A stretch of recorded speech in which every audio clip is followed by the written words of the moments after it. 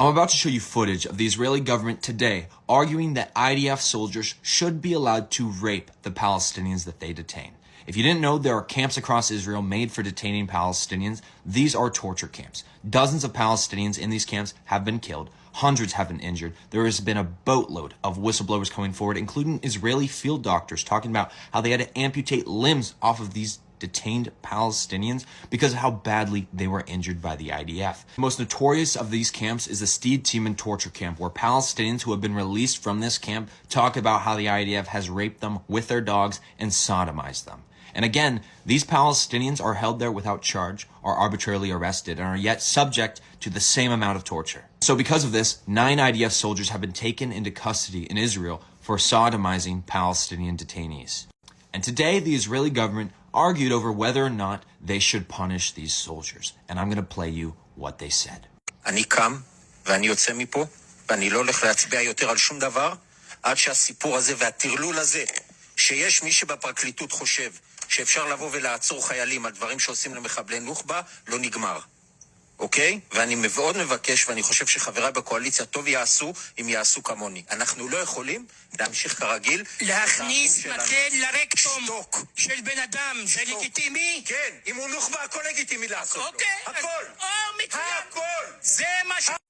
That man is a member of the Knesset, which is Israel's parliament, and he threatens to leave because he thinks it's wrong for them to punish their soldier for sodomizing a Palestinian. He says that it's a legitimate thing to do. Now, it gets even crazier. After this happened, and after the Israeli public learned that some of their soldiers were being put in custody for sodomizing a Palestinian, a group of far-right settlers, including 2 Knesset members, went to Steed Timan and broke in to try to free these guys. These are Israelis breaking into the gates of Steed Timan to go find those 9 IDF soldiers, not to punish them themselves, but to free them. A part of this mob that broke into Steed Timan was Knesset member Zi Sakat and Knesset member Nassim Vaturi. Then in the same day, another group of Israeli settlers went to another IDF base to go and raid their military court there. This mob included Knesset member Tali Gottlieb and Yitzhak Kroizer.